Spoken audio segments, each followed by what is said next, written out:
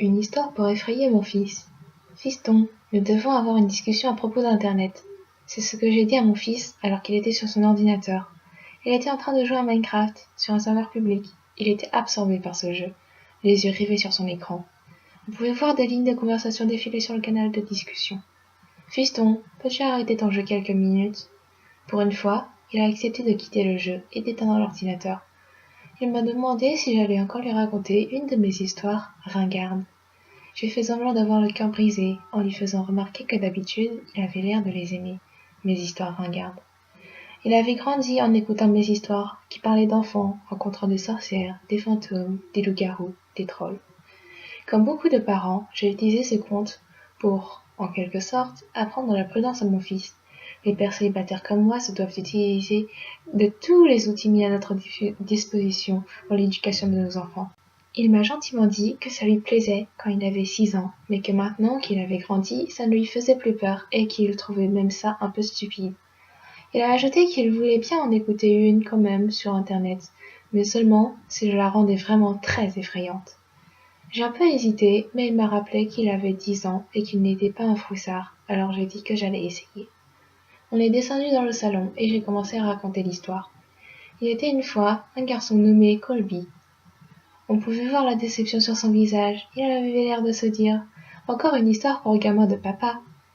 Colby s'était connecté à Internet et avait navigué sur plusieurs sites pour enfants. Au bout d'un moment, il avait commencé à parler à d'autres enfants via des jeux en ligne ou sur des forums.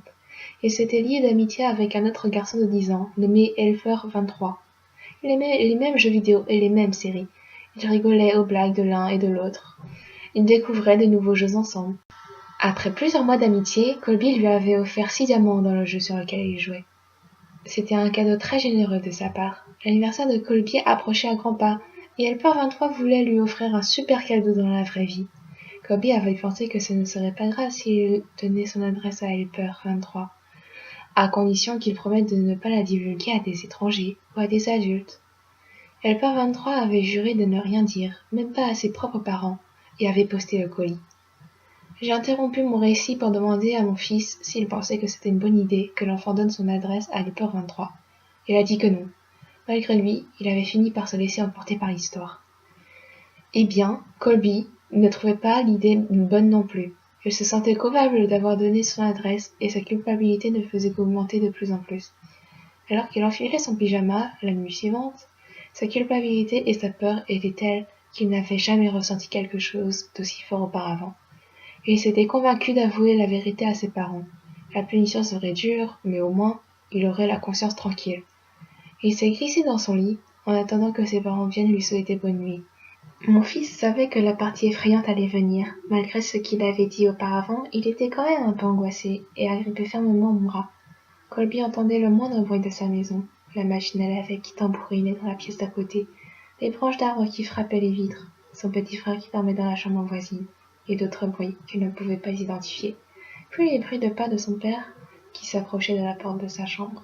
« Papa, avait-il dit nerveusement, j'ai quelque chose à te dire. » Son père a alors passé la tête dans l'entrebâillement de la porte, mais l'angle de celle-ci était bizarre. Dans l'ombre, il semblait que sa bouche ne bougeait pas, et que ses yeux n'étaient pas normaux. « Oui, fiston ?» La voix n'était pas normale non plus. « Tout va bien, papa ?» a demandé Colby. « Oui, oui, » a répondu le père, toujours avec cette voix bizarre. Colby s'est enfoncé dans les couvertures, inquiet. Maman est là ?» Me voilà, la tête de sa mère a émergé en dessous de celle de son père. Sa voix semblait fausse, forcée. « Allais-tu nous dire que tu as donné notre adresse à Elper23 ? Tu n'aurais pas dû faire ça. Nous t'avons toujours dit de ne pas révéler tes données personnelles sur Internet. » Elle a continué. « Ce n'était pas un enfant. Il faisait juste semblant d'en être un. Tu sais ce qu'il a fait ? Il est venu chez nous, a pénétré à l'intérieur, puis nous a assassinés, tous les deux, juste pour passer un bon moment avec toi. » Un homme a alors émergé de derrière la porte de sa chambre, tenant dans ses mains 2 têtes tranchées.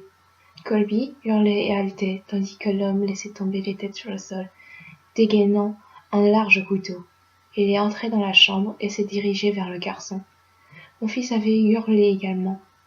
Il se protégeait les yeux avec ses mains, mais l'histoire ne faisait que commencer. Après plusieurs heures, le garçon était quasiment mort, et ses cris s'étaient transformés en pleurs. Le tueur avait alors remarqué les lamentations d'un bébé venant de la chambre voisine. C'était un régal pour lui qui n'avait encore jamais assassiné un bébé, et était alors enthousiaste à cette idée. Elle parvint à retirer le couteau du ventre de Colby, le laissant à l'agonie, avant de suivre les cris dans la maison comme un appel des sirènes. Dans la chambre du bébé, il s'approchait du landau, et offrit le nourrisson dans ses bras. Il se dirigeait vers la lumière pour mieux le voir. Alors qu'il le tenait dans ses bras, les pleurs du bébé se sont arrêtés. Il souriait. Le père 23 n'avait jamais encore tenu un bébé dans ses bras, mais il le berçait comme s'il avait fait ça toute sa vie. Il a essuyé ses mains ensanglantées sur une couverture, afin qu'il puisse caresser la joue du bambin. « Hé, coucou toi !» La lueur de sadisme dans son regard s'était éteinte, laissant place à un regard bienveillant et chaleureux. Il est sorti de la chambre, l'a nommé William et a décidé de le ramener chez lui pour l'élever comme son propre enfant. Une fois mon histoire finie, mon fils était visiblement troublé. Entre deux respirations saccadées, il me l'a balbutié. « Mais, papa, je m'appelle William aussi. » Je lui ai fait un clin d'œil complice, tout en caressant ses cheveux. « Je le faisais bien, fiston. » William est remonté dans sa chambre en courant, et en pleurant toutes les larmes de son corps. Mais au fond, je pense qu'il a aimé l'histoire.